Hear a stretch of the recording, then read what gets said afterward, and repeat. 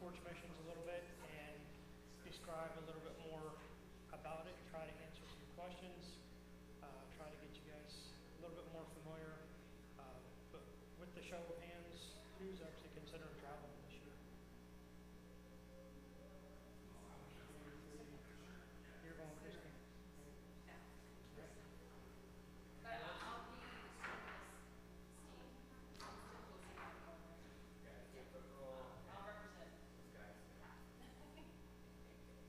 So how many we got? We got three that are not here, and we have two possibilities, well, three here. Six of us. We need Six? more. Yeah. Six. Okay. Counting the three that are not here? Yeah. Okay. So if there's any questions or whatever that come up later, feel free to communicate with me.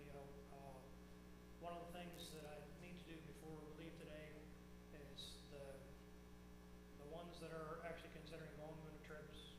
I'll need your name, kind of like it has on your passport, an email address, and a cell phone number for you so we can communicate back and forth as we go through the rest of our planning stages, the documentation, and everything like that. So this is a presentation that was given back in August, right before Nathan actually returns.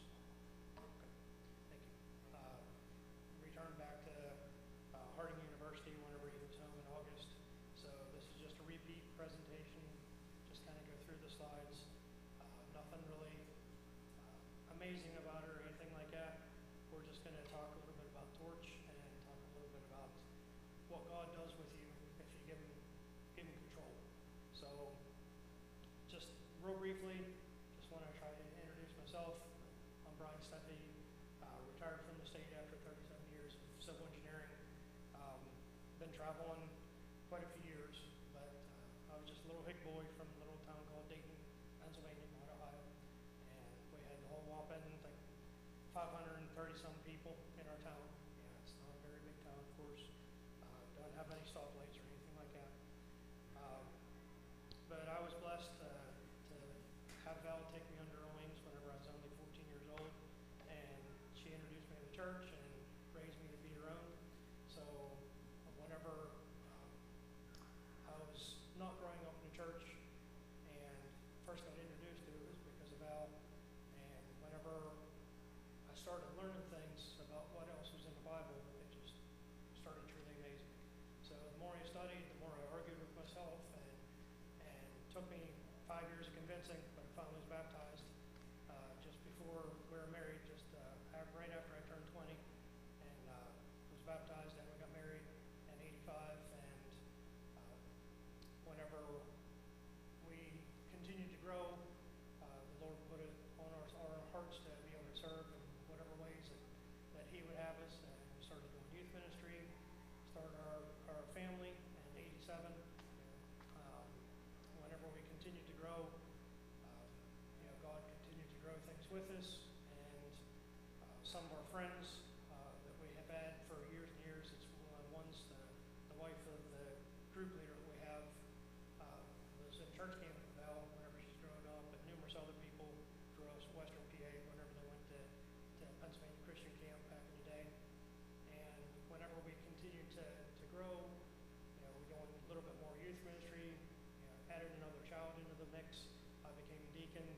We started supporting Terry and Margaret Reeves, who's our group leader, and on their mission trips. And whenever we continued to see how things were developing, kids continued to grow. So about 2001, our son turned 14. That's the age we try to get encouraged people not to go on trips before that if you're independent and responsible. And so I thought he was good enough, old enough at that point in time, sure enough that we started going on trips together in 2001. And whenever we started into that, never thinking what God was going to do with us, but we turned it over to Him, and he and my daughter both, they've been to more countries than Val and I have been. It's kind of amazing, like what God has done in their lives as well. So whenever we continue to blossom with some of that stuff, some of that work, as Torch continued to grow, I ended up becoming an elder shortly thereafter, after we started traveling, and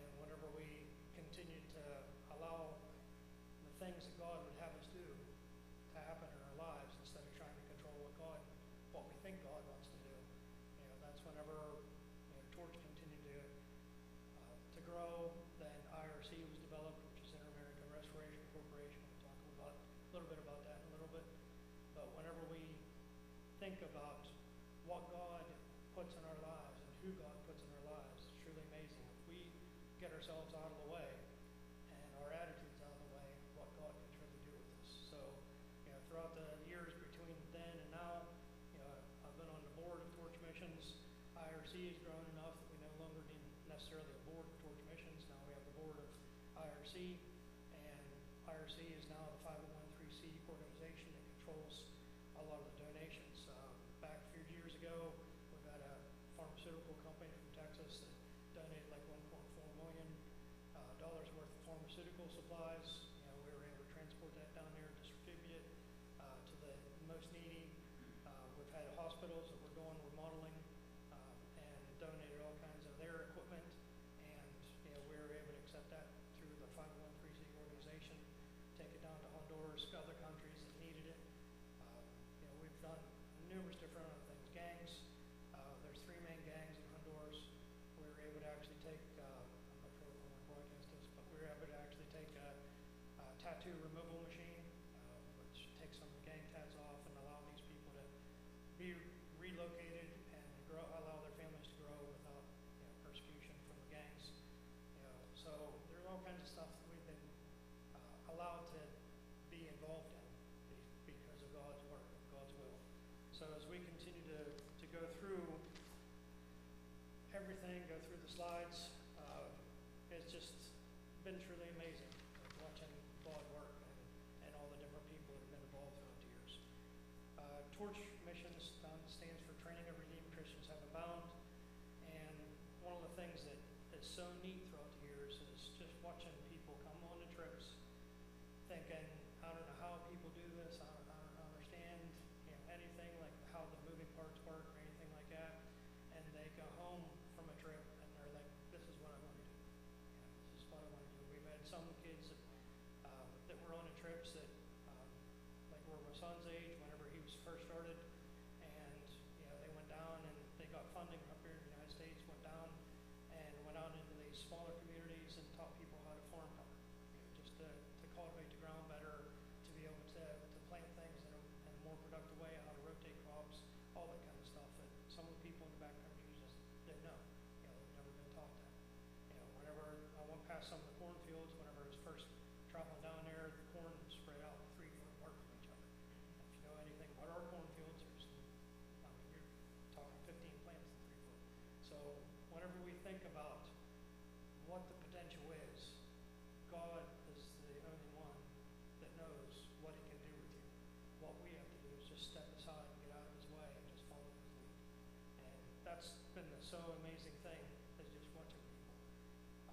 Whenever we get into a little bit more of the stuff, I'll have you bring up on your phones if you want to some of the torchmissions.org, and we'll actually go through some pages in there. You can see some of the other organizations that have been developed. I don't know what all you shared with them before. Whenever you did your presentation, did you share with them the website? Not all the details. Okay. So as I'm going along, if you got questions, feel free to raise your hand. Stop me. I'll give you the microphone so it's recorded for posterity's sake and for those that aren't watching directly. But we've been blessed, throughout the years to be involved in all kinds of stuff. So whenever we continue to talk about Torch, it's more than just local things. We've been lucky enough to be involved in 26 years here now, and prior to that, we were supporting it in one way, shape, or form, whether it's sending supplies down or whether it's monetarily. But there's all kinds of ways that you can support, even if you're not going on the trips here right now. So just move on. One of the commands that we're given in the Bible is go make disciples of all people, all nations. And through the work through IRC and Torch Missions, I've been blessed to be able to go to Costa Rica, Brazil, Honduras, pass through Guatemala, Nicaragua, a couple of the others. Some of the other ones in our family and our loved ones have been able to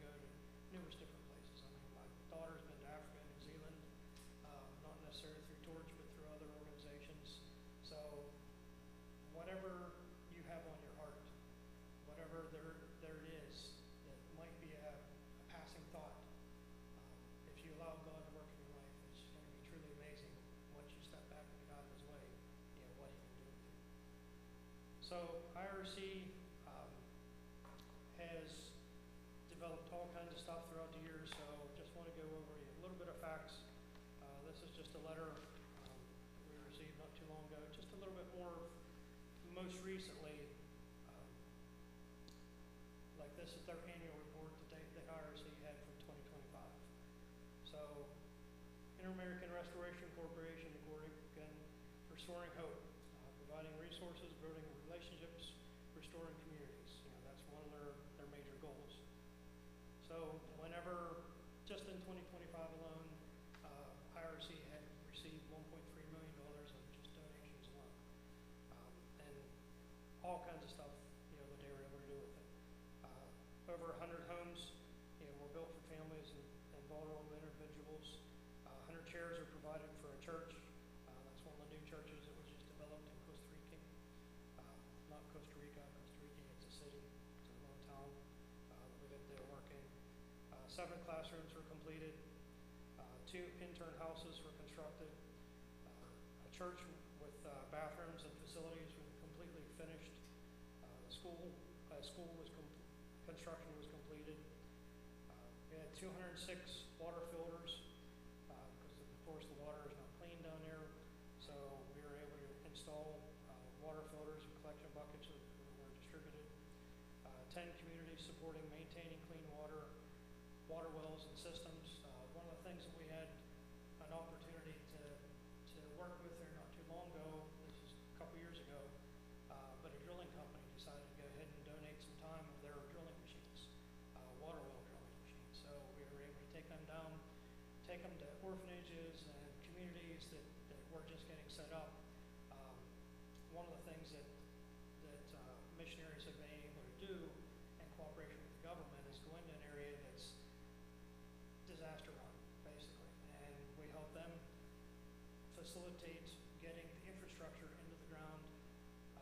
You know, some of these communities we were able to install the water wells, pump systems, and everything like that, like down near what they call football or soccer fields, and that's one of their gathering places on a regular basis. So, you know, we're able to install it there, pump it up over the hill to these new communities.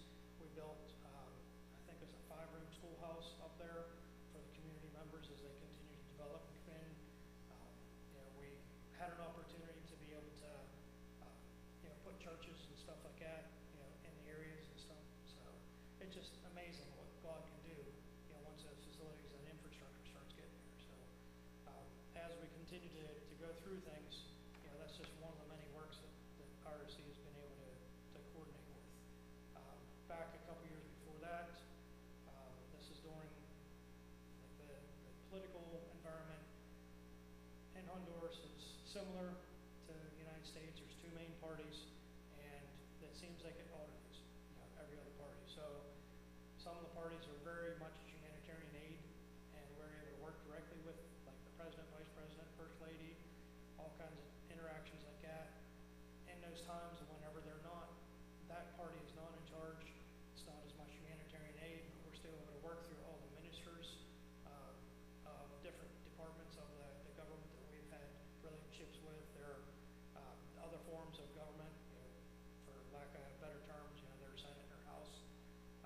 So whenever things are going on, we're well enough connected through Torch Missions and IRC to be able to know what's happening basically before CNN and all the rest of the news channels get hold of it. So we're able to react to those things up ahead of time and plan ahead of all those things also. Just some of the other healthcare related details. 6,478 patients were served. 1,112 dental patients were treated. 687 village clinics were visits. We had, whenever we go out in a village that doesn't see healthcare very often, people come, you know, by the drones. I mean, it's just amazing how many people come and show up for healthcare whenever they have nothing. So it's nothing for a health clinic to see 300, 400 patients in one day, which if you're thinking a clinic like around here, you're just mind-boggling, like how that can actually happen. So we've been working on a system throughout the years, and even some of the doctors and nurses that we've summer clinics and how we operate. They've actually adopted that into it.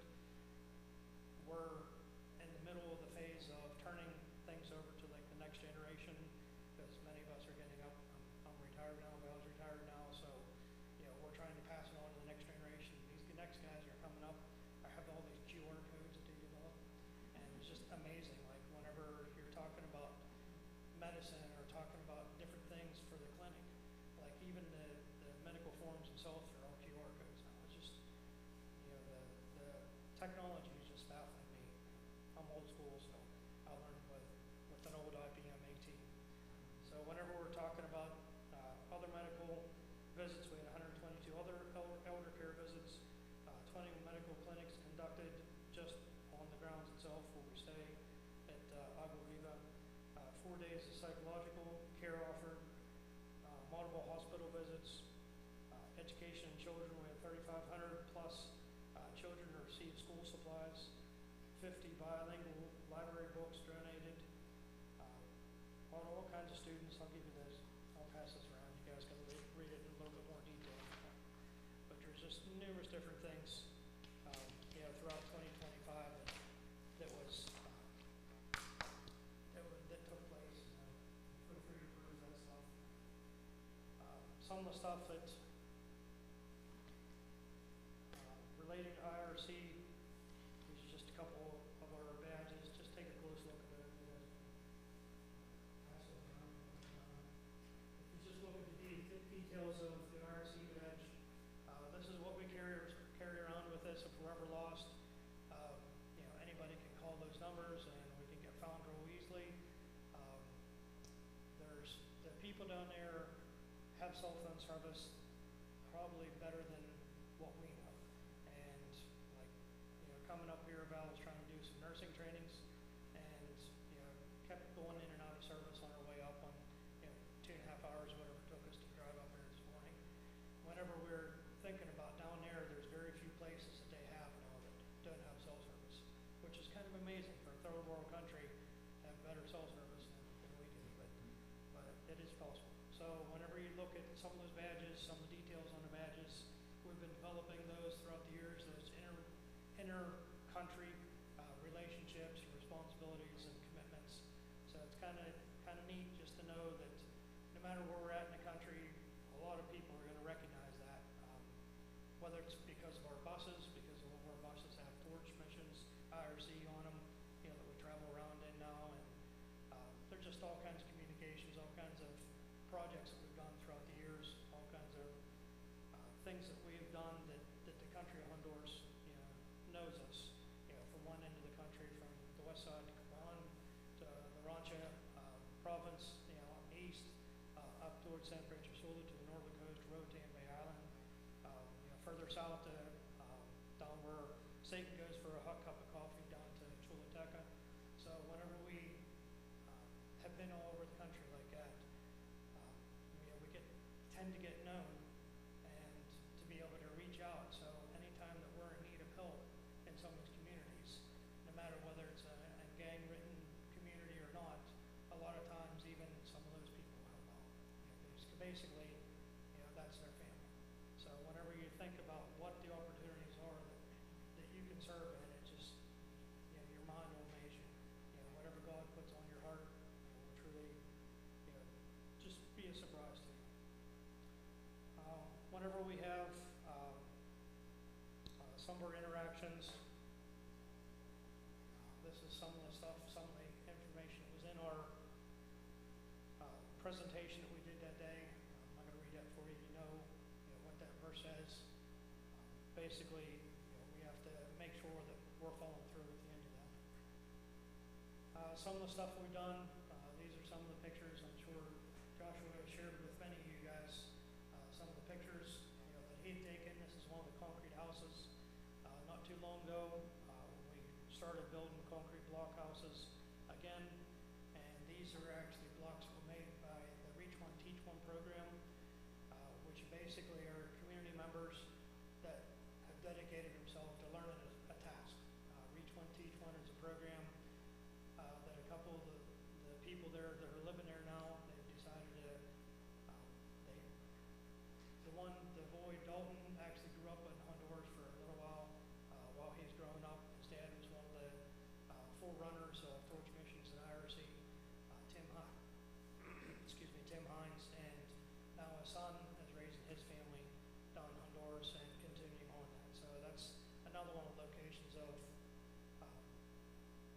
second generation continued on. But these are going to be more durable than the wooden houses we build.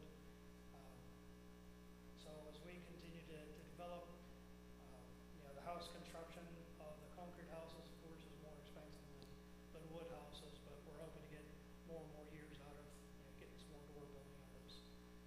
Reconnect, that was one of the most recent programs that was developed, where we go back and try to contact some of the ones that we've built houses for in the past. A lot of times, if you're going down the country roads of Honduras, you might see some torch houses, which is very easy to identify. Even the groups that have decided to go off on their own, they still build the houses in the same manner. They're actually starting to get into the concrete builds now also. And, they started working with us, and then, we're proud of them for taking initiative and deciding to go on their own and, not necessarily use our resource, but develop their own resources. And one of the things that they try to do is, some of the groups out of the Tampa area, they've attempted to have as many houses they can build in the short time that they're going to be there. So they may have, through those couple organizational churches, they may have like 3 trips throughout the years, or throughout a year that they may try to take, and they may, end up building like 30 houses just by themselves. There's 3 one-week trips, and they'll get down. That's their full dedication. That just want to help the people. So they'll have people on the ground ahead of time, trying to make sure that the locations where the houses are being built are actually owned by the people that want to live in that house, not just squatters. And so there's a lot of red tape that you have to go through. So a lot of prep work takes place before they actually hit the ground running with all the house builds. On our trips, we have somewhere around 130 plus or minus right now people going on our trip. That's our best guess for this year. Terry's trying to do his best not to end up where we were the one year up over 165. That gets a little bit too chaotic. We actually had to split up that year. But whenever we try to keep it like right around 120, 130, it's a little bit easier managed with the resource that we have. We don't have to go out and rent a whole lot of extra buses or anything. So whenever we are down there with that many people, we can easily build, get 10, 11, 12 houses up, in 11 days of work, or that we're actually there, or 9 days of work. So whenever we think about the opportunities that we have to do all kinds of other work, it's amazing. So, let's see, where do I go now? So torch is the only part of IRC that's in the training mode. So if you want to go ahead and open up your phones, anybody that wants to, but don't have to, but if you want to open up a window, just go to torchmissions.org. Come up to their homepage. So there's all kinds of stuff, all kinds of forms, all kinds of different things like that.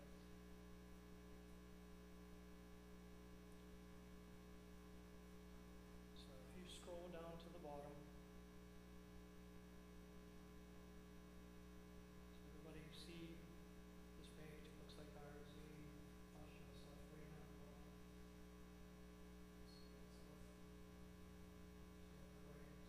So there's 2 retreat centers that we still use on a regular basis. One's Agua Viva Retreat Center, which we stay at, and then the other one's Villa Gracia, where we used to stay at.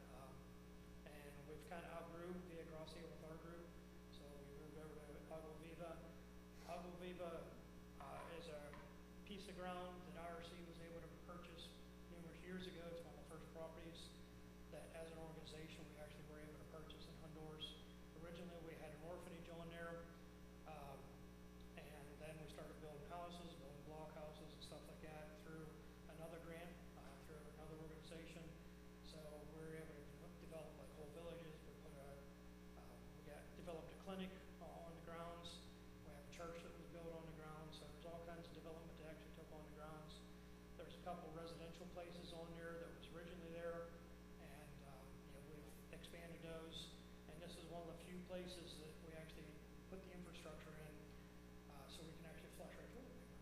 So almost every other place in Honduras, you can't flush your toilet paper because the pipes are too small. So in this Agua Viva we're building it. We're building big enough pipes like the United States has, and a big enough filtration system and cleaning system that we're actually able to flush. So life is good. Since then, we've been able to have wells dug, have a whole full filtration system. So whether it's out of the spigots, whether it's out of the showers, whether it's out of the fountains, on this retreat center, we can drink the water. It doesn't matter. If you get splashed up in your face, it's okay. If you're in the middle of a shower, brushing your teeth and swallowing, it's okay. You're not gonna, be visiting a bonyo the rest of the day. So life is good. So since then, we've developed like houses that can house like maybe groups of 10, 15, something like that, families. Then we have dorms for the ladies, dorms for the guys. We've had like a kitchen area that was part of the orphanage originally, and that's part of that area was developed in the guys' dorm also. Now that area is kind of like playroom, and that's still where a lot of the cooking takes place. And then we'll eat in actually in another facility we helped build just a few years ago. It's kind of like the cafeteria, worship area, Devo area, singing area. And then they have another area that's just down over the hill towards the buses, and that's where we do a lot of our morning devos. Try to get inspired and get motivated every morning. Via Gracia, there's still some groups that do use that, so that's not an option for us necessarily with the size of our group, but some of the smaller groups can use it. If you scroll up just a little piece, you see other ministry partners. So one of the most proud groups that we have right now is Mi Esperanza. So back whenever we first started traveling down there in Honduras, you get out of the airplane, you don't get into like a sky bridge or anything like that. You walk down the set of steps, you're on a hard asphalt tarmac, and your asphalt sticky to you right away as soon as you got off there. This is back in 2001, and you step across like you're going into a military green compound, and that's where you go into customs. And whenever you go into there, there's soldiers there with the both foreign and domestic M16s and the other versions of them, fully automatic weapons, making sure nobody's stepping out of line, so you kind of feel like you're, okay, where did I just step into? And since then, that airport itself has been expanded 3 times. Plus, now we actually fly out of an area that is out of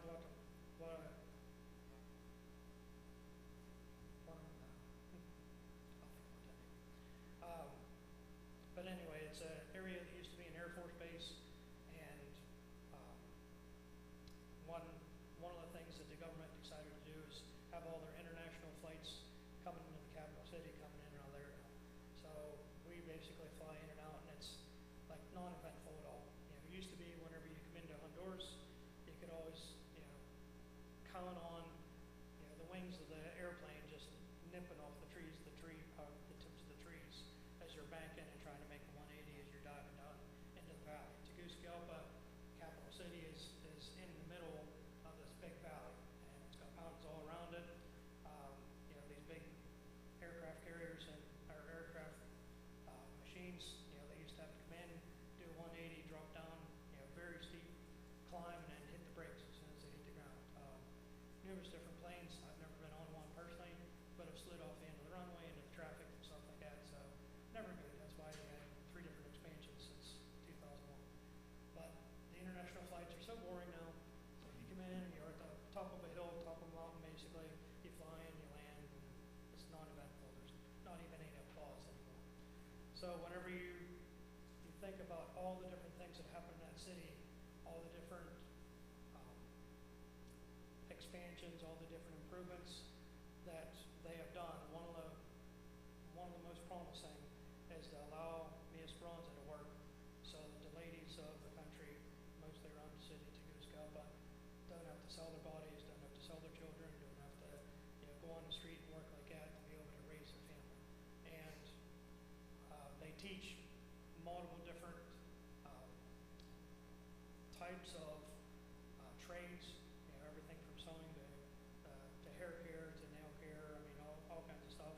Business, they teach how to run a business and everything. So it's kind of neat, the work that they've done, and they've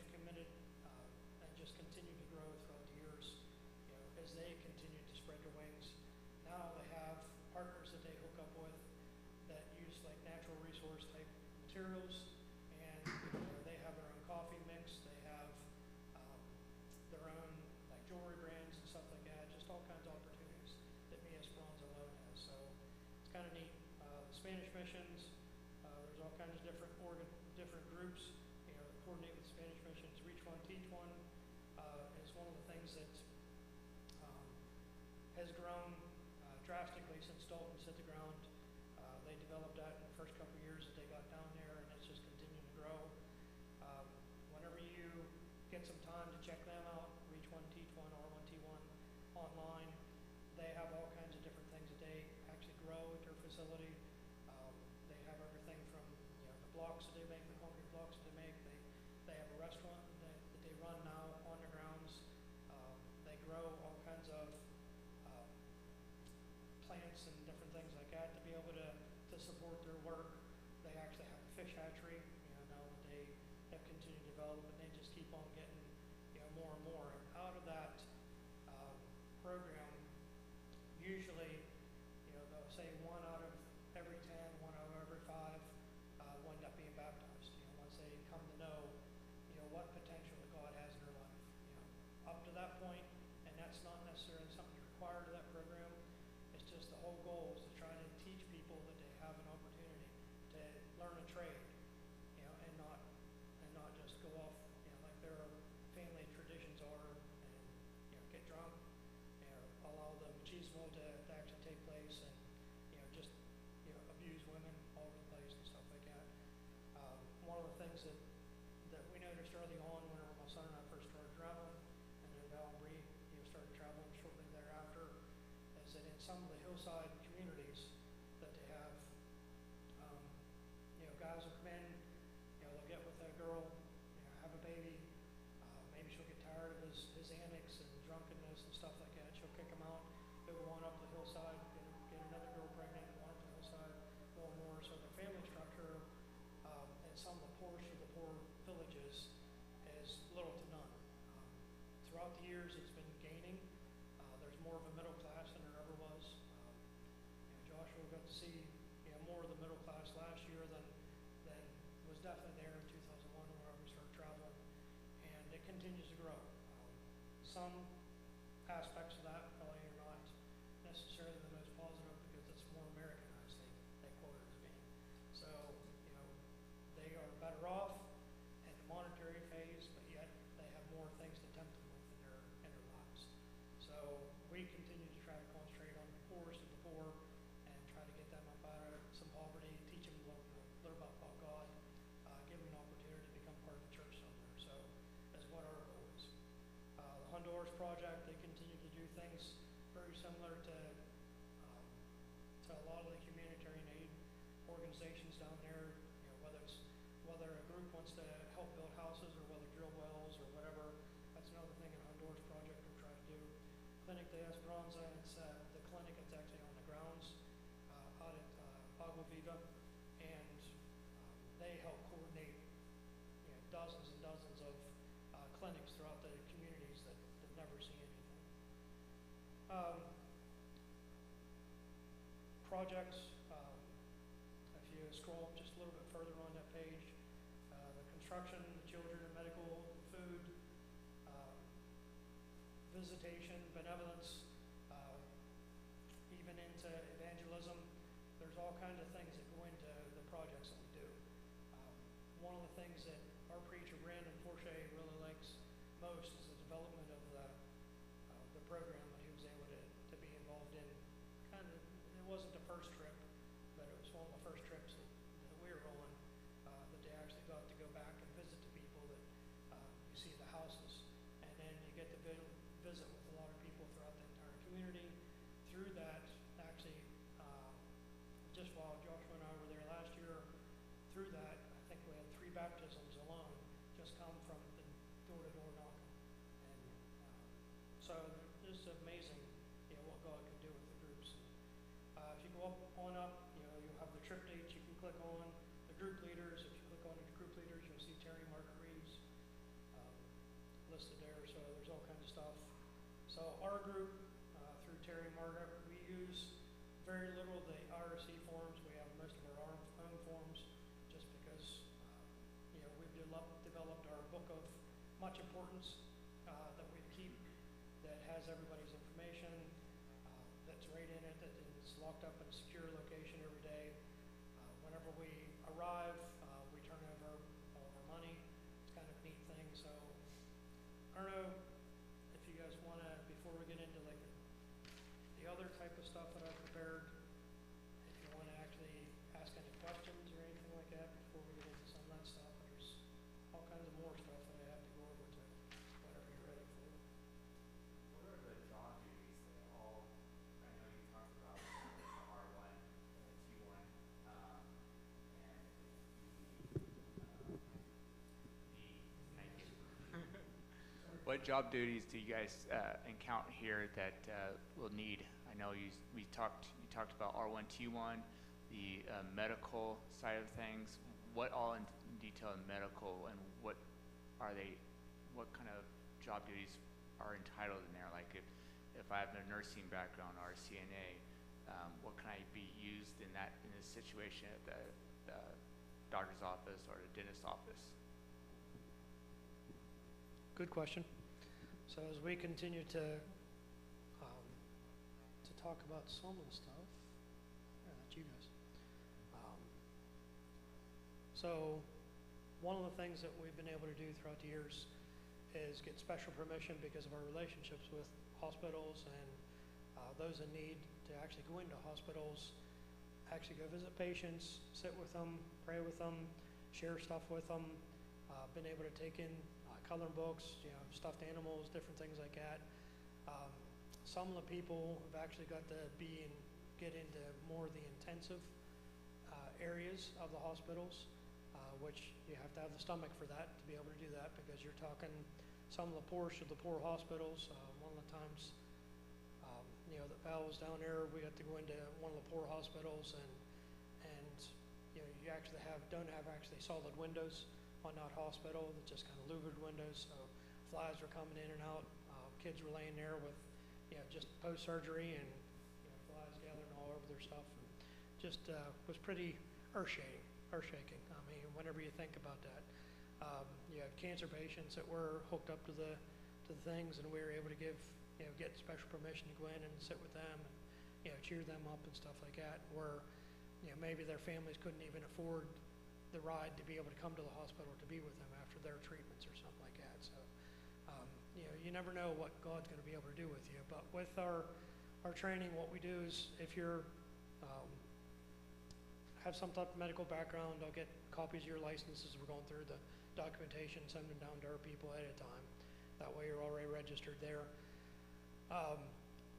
Our coordinator that's kind of coordinating stuff on site down there, they want to know kind of like your medical backgrounds with those with the medical experience. So I'll get that information as we continue to do the paperwork also. But basically, we have clinics that can be set up.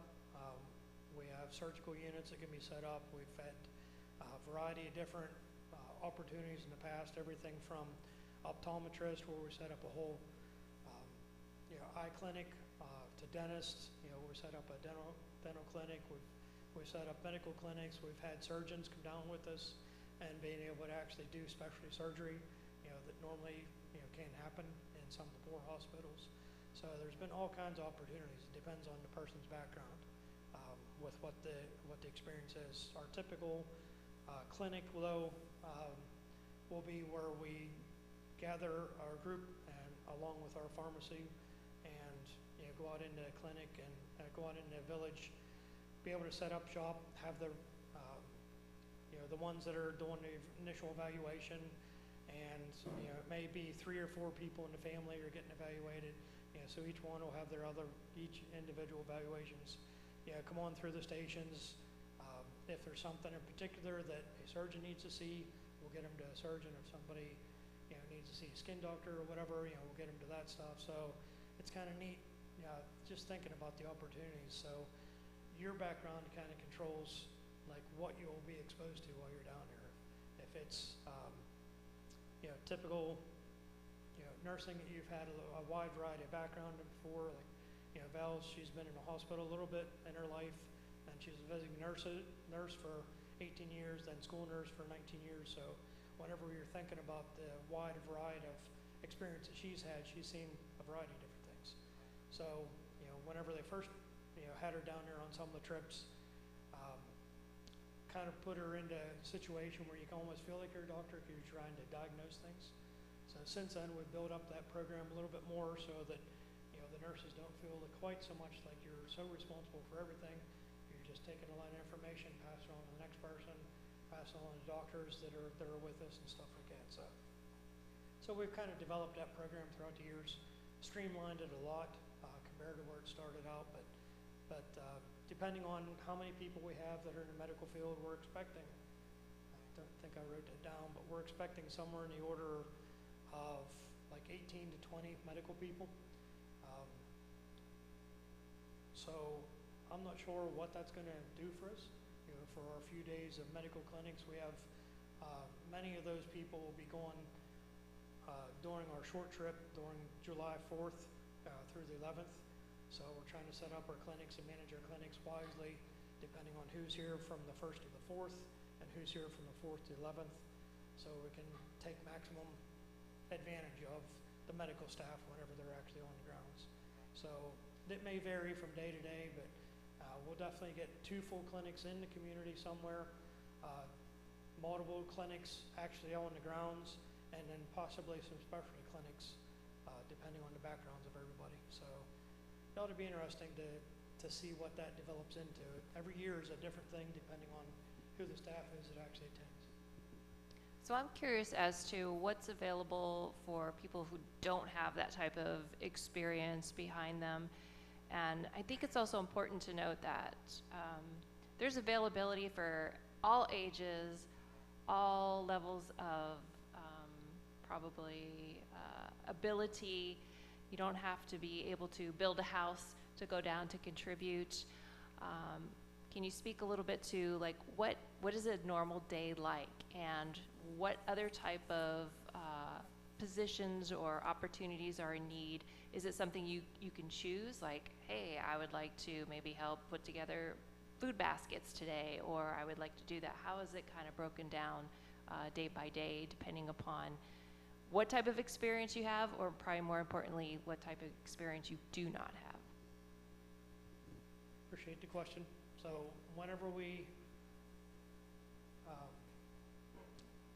start developing our plan of action on what we plan on going down to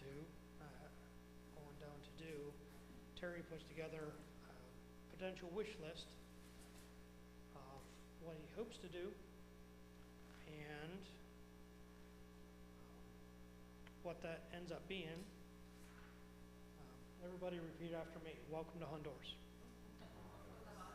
So this is a phrase that we say every day because everything that we planned at nighttime, we come out in the morning, 6 o'clock in the morning, whenever I'm rolling out of bed and trying to figure out what's going on, and our contacts that actually control the things on the ground, they come up to us and they say, oh, by the way, your truck's not being delivered till 11 o'clock for that house. Your other truck that's supposed to be taking some supplies to be able to, well, it broke down. It's in the creek.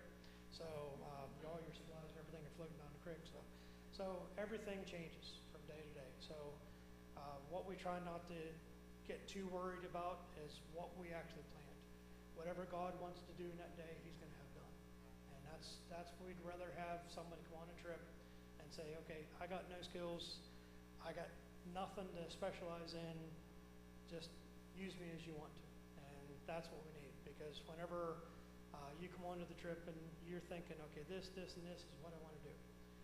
One of the guys that just passed away not too long ago, we're building a memorial house in his name, Tricky Pat Guthrie, this year.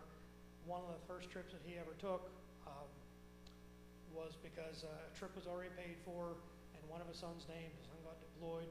So I come up to Tricky and I said, hey, dude, you gotta go with us on the trip. So, trip's already paid for, so just can't waste a ticket. All right, yeah, but I'm gonna build. I'm only gonna build. That's all I'm gonna do. Yeah, right. So I didn't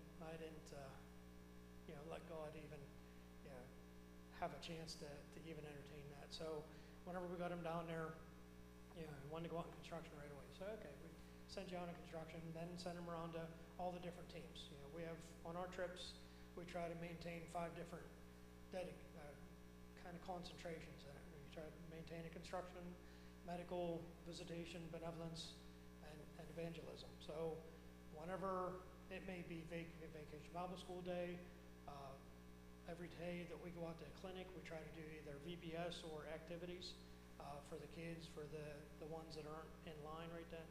So it may be a variety of different things that we get involved in. So the rookies, the ones that are down there in the first trip ever, what my concentration is and Terry's concentration is try to get you guys exposed to everything.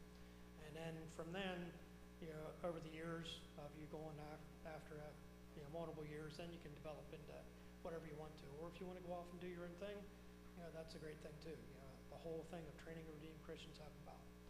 So whenever we come on to the scene, we try to get you exposed as much as possible. So even though there's no medical background that you have, you can be involved in the clinic like one of your first days. You may not be heading out medicines, you may be helping, you may be a runner, but you may be involved in all kinds of stuff. Then I'll get to the day-to-day stuff. Well, and two, that like in the evening, there's a sign-up list.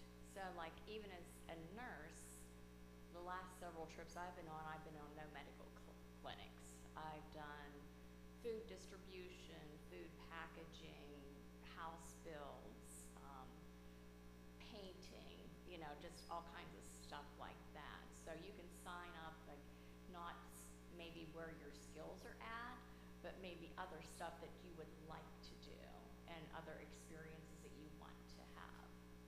Doesn't mean you'll always actually be on those crews. You know, like if they say, hey, we have too many that want to do this, can somebody volunteer to do that? You know, you can also volunteer where they need people. She beat me to the punch here a little bit, but basically we try to have an idea at evening Devo what we're going to do the next day, and then we've been known to wait until the morning lately to be able to actually put the sign-up sheet out there because things change. You know, welcome to Honduras. So whenever we get out there in the morning, if you show up for breakfast or just before breakfast, sign-up sheets out there. There may be 15 to 18 people on a house construction team. You know, there may be some people going over to help out at Reach One, Teach One, or maybe some people going to the clinic, maybe some people going to a painting project, maybe some people going to actually break down the food. We buy bulk food by the truckload, have it delivered. It's in big stacks and stuff like that, big bags. We break that down to family size things that'll feed a family of like 4 to 6 people for about 2 weeks. And we try to break those down into bags. Try to use little garbage bags so we can sling a pair of bags over our shoulders, walk up to the house, say Jesus loves you, in Spanish of course, something like that, or another phrase, and then cut the top of the bag and give them one of the bags, one in the next house. Pass it on. So that's how we do some of our food distribution. So there's all kinds of things that you may not think that you're good at, but that may be what you excel at. So volunteering is the key thing. As we continue to go through some of the other day-to-day things, just want to kind of go over some of the stuff there. There's a sign-up sheet for KP duty on a daily basis, so that we don't expect the people that actually work on the grounds to do everything for us. So we actually have some people helping out in the kitchen, clean things up after every meal. We try to do that kind of quickly as we're preparing usually for a devotional, either the morning devo or evening devo. Our lunches, whenever you pack your bag in the morning, you're going to pack a lunch. You pack a little bit extra. That way the helpers, the Honduran helpers that go along with us, you can give them a snack, give them a drink. You can actually give the bus driver something to eat or drink. So there's people that we have with us every day that live down there, but they're giving up their time, not necessarily getting paid. Sometimes they do, sometimes they don't, but they're out there helping because they know the work is good work and it's godly work. So some of them, the ones that are actually group leaders that come on are helpers. We actually pay those guys because they know what's going on. They've been building houses for, some of them for 15, 20 years. So they're actually better at it than some of us are. So, we've got to take a lot of trust in them. Basically, we have our sign-ups and breakfast, eat, then help prepare. So whatever group you're signing up for, if it's construction, you help get the tools out of the bodega, try to get them all lined up, get them, if you know what bus you're going on already, you put them on that bus or that truck or whatever. If not, if you're involved in food preparation, you might help start getting all the bags ready and get them organized. If you're on pharmacy type stuff where you're separating all the pills out, you might help start getting the bags out and getting those ready throughout the cafeteria area to ready to be distributed in little bags, their personal size. So there's all kinds of stuff that we can do once you find out like what team you're on. And then from there, basically go to our Devo, have our songs or prayer announcements. Any last minute changes are given in, and then we head off to get our daily work done. Eat your lunch as you have time. Take lots of good clean water with you.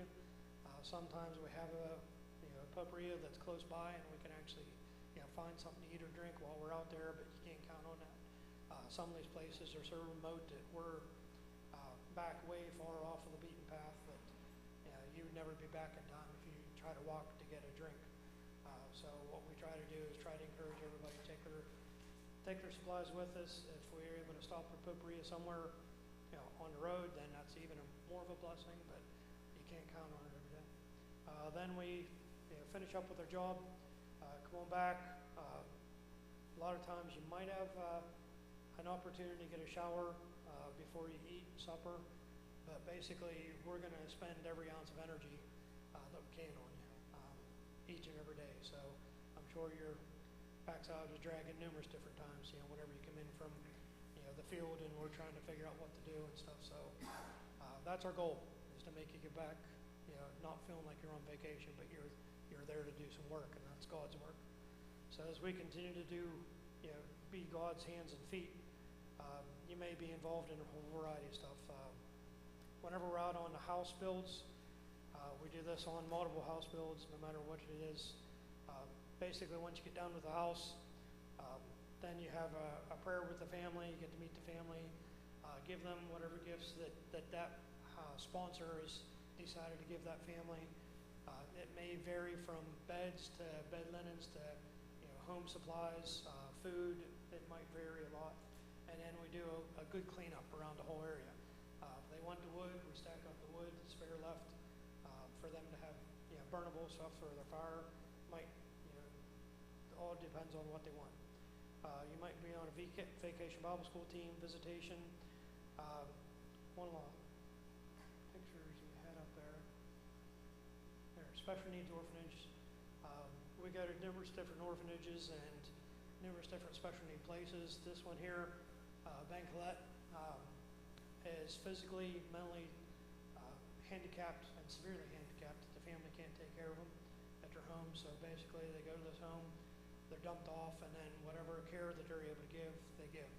The one year we were able to take five individual physical therapists down, and we just had a ball. We went over to this place, and then we went out to the province of La Rancha to another special needs place, and those people just had a fantastic time. Just treating with the people, and then a lot of times at these places they don't have hired staff is actually trained fully, so we'll actually be able to train them while we're there too, to teach them how to take care of them better. And the one guy, he was like an equipment specialist. Like every kid, he got down and he adjusted the wheelchairs just to be able to be so precise to fit that kid at that age. So it's kind of cool, all the stuff that God will do with you. One of the orphanages, Tedasco.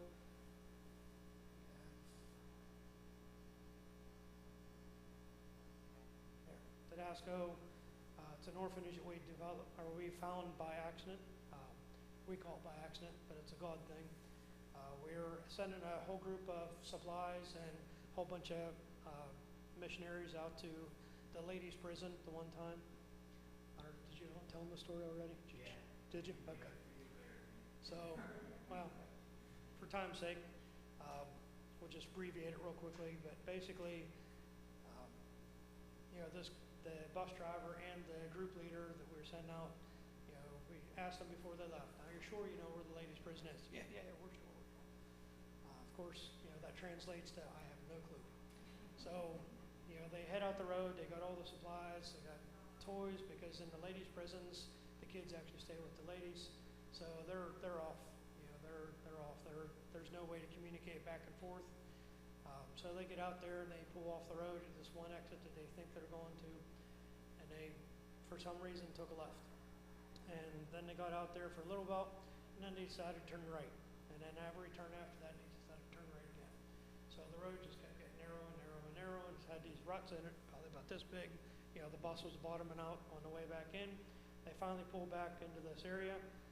The only place to turn around is through this gate. And this gate just had Didasco on it. Had no idea what this was.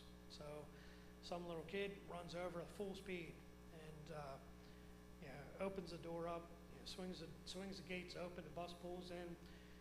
This guy meets us with big smile on his face and tears run down his face.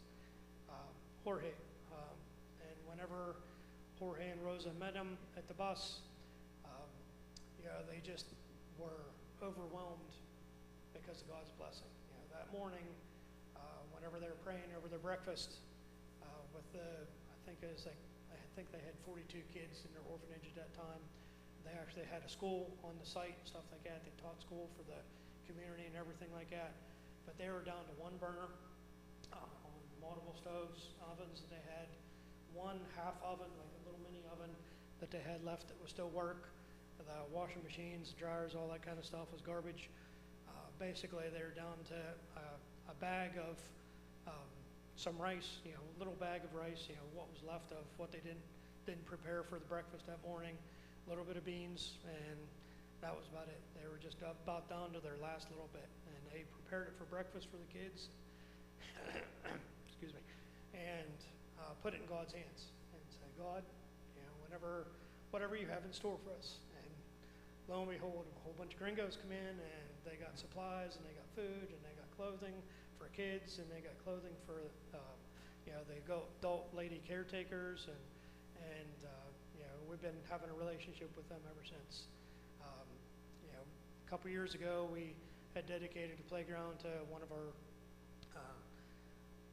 deacons, that passed away and just loved kids and stuff like that. We dedicated a playground to him, called it Tommy's World, and this last year we were able to actually, Tommy's Towers, thank you, Brother Crusher. So this last year we were able to put a plaque up and make it permanent. So it'll be, for trips and trips to come, to be able to hear the story and see the story about Tom's love for kids and everything. So it's kind of neat. The relationship that we've had and what's happening out at that orphanage has grown into a relationship where whenever Jorge and Rosa get a chance to come to the States, or their daughter that's kind of like their lead to take over them in their supposed retirement, they're kind of semi-retired right now. But whenever they've been able to come to the United States and come to visit people, they don't just come to the church that they're from and stuff like that. They actually make their way around to numerous different churches of Christ because they've met so many people from the Church of Christ and love so many people. So it's kind of cool to think about how they've been able to know us and how we've come to love all their kids, and watch some of their kids are actually like help out with groundskeepers and stuff like that we knew whenever we first met them. So it's kind of neat, like all the different things. One question came about is that the safety for each and one of us as we are going to Honduras, and how times are what they are right now. What kind of safety situations are we looking into to make sure we get home safe? Also, on this note on Didasco, you might get a chance to sign up to come and do some repairs on the playgrounds. Wear and tear. I mean, there's a lot of kids that play on this playground, but it's really big. So there might be a morning you wake up and they'll say Didasco, they need a group to go out there. Well, there you'll be meeting all the kids, and they'll maybe even help with repairing it, so it's really neat. So Thanks for your question. I'll get to that just in a second. Just want to go over some of the other things that we've been able to do throughout the years as far as the work teams, the medical groups, the food distribution, Bible studies. Like every day for, I think, 5 days straight this past year, one of the ladies that come down on the trips, she's getting up in years. How old's Diane now? 90, 89, 89, something like that. I don't know. She's close to 90. Anyway, but she actually helps teach a ladies' Bible study every day in the mornings, and the kids are able to come, and they are able to actually do, like they started just saying, okay, whatever kids come with the ladies, during the day, we'll have a vacation Bible school for them. So first day, it was like, what was it, like 15 kids or something like that showed up with the ladies, and there's a few ladies. By the time that they got to the fifth day, we had to actually have a whole team of VBS people to help out with the Vacation Bible School, because kids come from everywhere, from the communities and stuff like that, to be able to participate in Vacation Bible School. We had to actually take like food over and stuff like that. It was so big. The ladies' Bible study, it grew so much that it kept on growing, even after we left. So you just never know what God's going to put in the opportunities.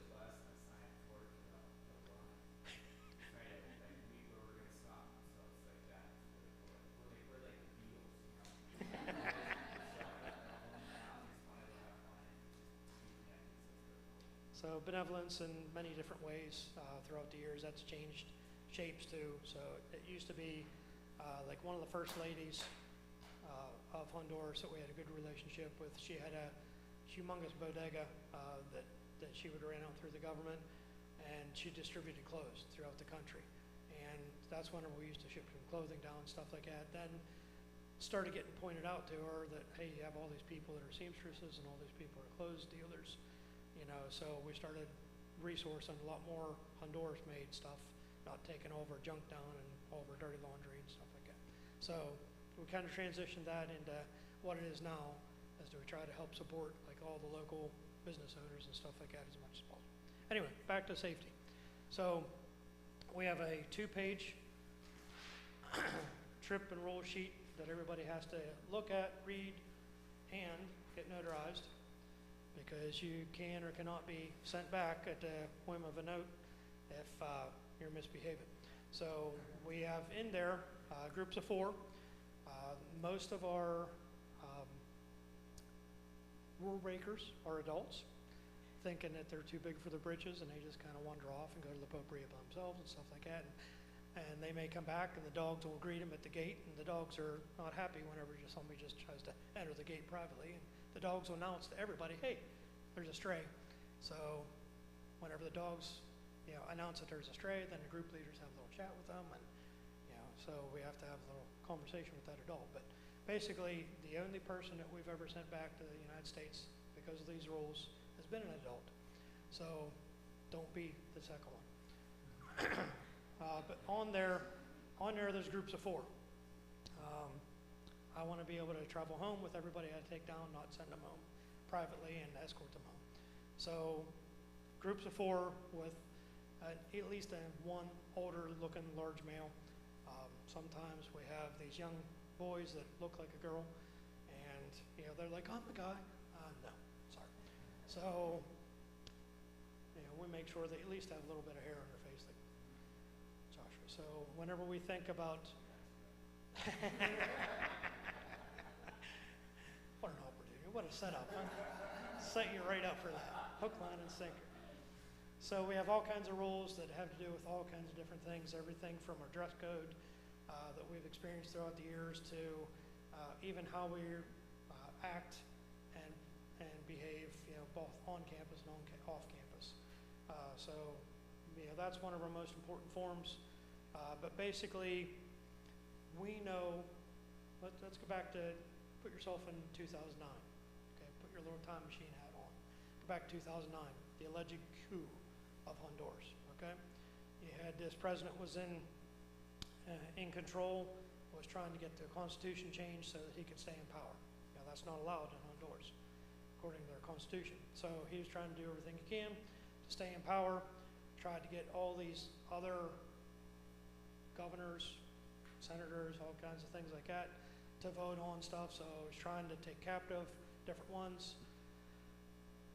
Lo and behold, me and Terry end up with our group in Honduras during that time period. So, we're down there.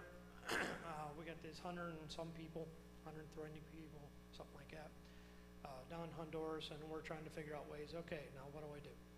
So, we know there were controlled brownouts.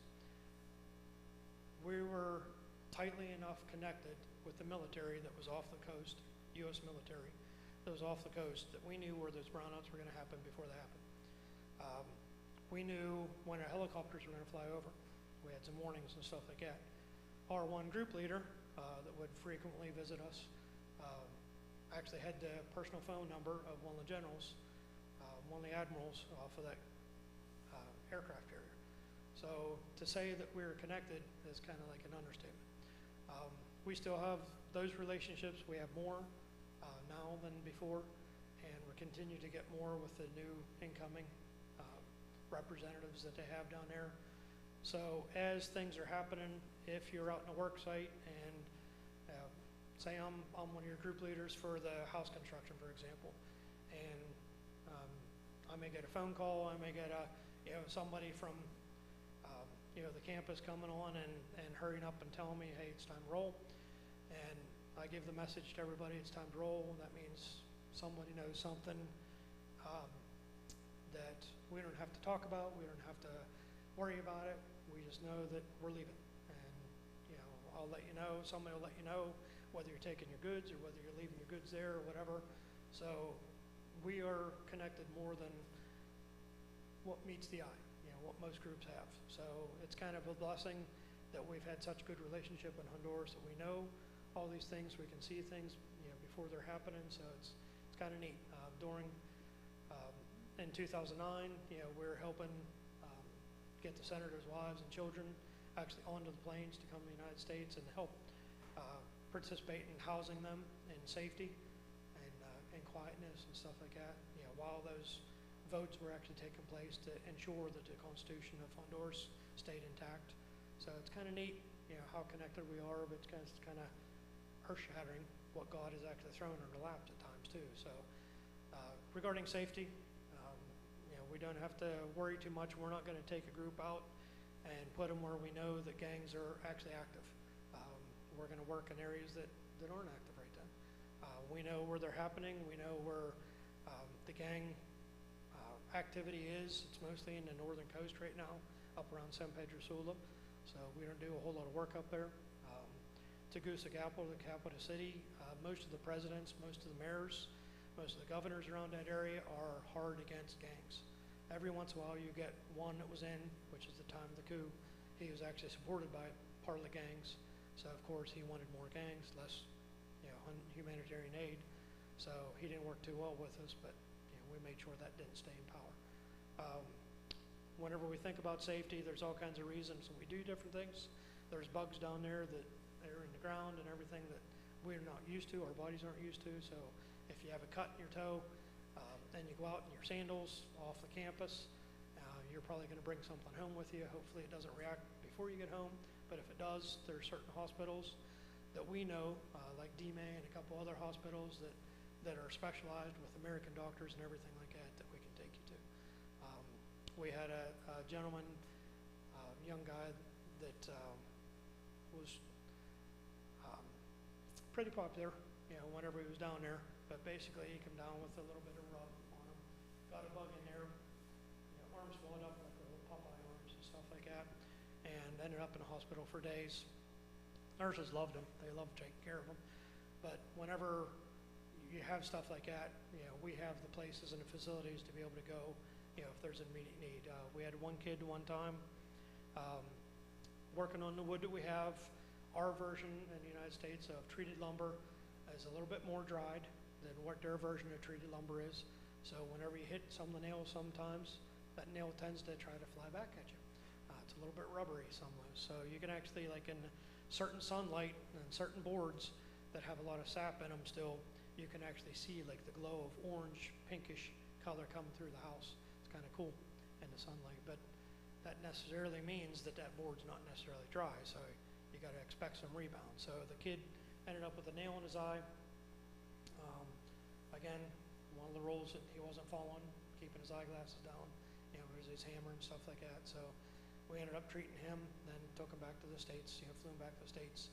One of the neat things through IRC is you're automatically enrolled as soon as you put your forms in into a special medical program, so that if something happens to you while you're down there, you know, we have the whereabouts to be able to take advantage of that medical insurance, fly you back, even if it's a private helicopter, private airplane, no matter what it is that you need, you know, specialty care back in the States, you know, we have the whereabouts to be able to do that. So not too worried about security. We try to, you know, make sure that, especially with the teens and the young kids, you'll see some of the young kids that live down there, you know, just run around. They're used to it. If you end up taking any kids with you someday, you know, you just got to make sure that you're not allowing your kids to follow suit with what they're of. You know, they're drinking water, they're doing all kinds of other stuff, you know, that we're not used to, just because their bodies are already accustomed to it. I think there were one child was even born in Honduras, right? I think. Jen and Dalton's, I think. So anyway, they're used to the bugs. We're not. Security-wise, though, we have a bunch of rules. Here, you can take that and pass it around. Feel free to read through those. Some other forms just to share with you guys just briefly. So if there's anybody 18 or under, you know, these are the forms. This is the American version, Honduras version. Take a look at for anybody 18 or under. It goes on their trips.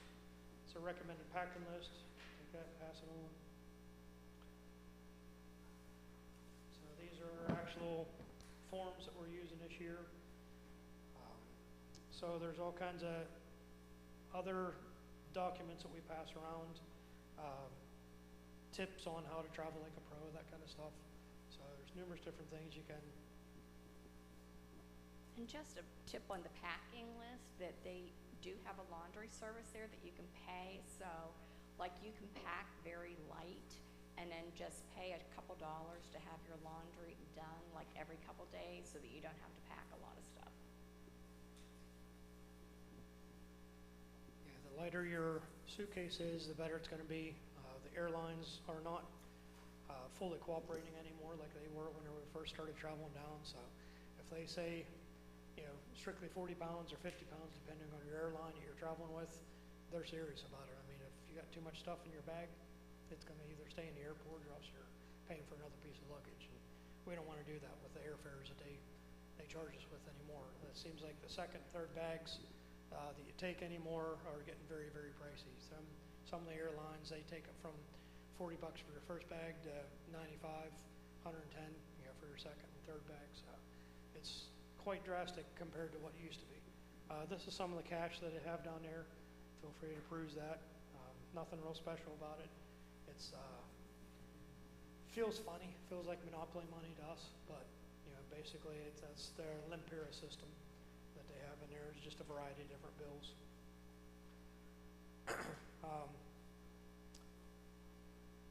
Some of my other notes here, just trying to think. Once we return, at the end of the day, we, like I said before, you might have an opportunity to take a shower before you eat supper. You might roll in just whenever supper's starting to serve, so you might not have that opportunity. But basically, you know, whatever project you're on, chances are you come back dirty some way, shape, or form. Whether it's from something you stepped in or something you traveled over or whatever. So you'll have an opportunity to get cleaned up, you'll have an opportunity to eat, and then we'll have our evening devos, announcements, talk about different things.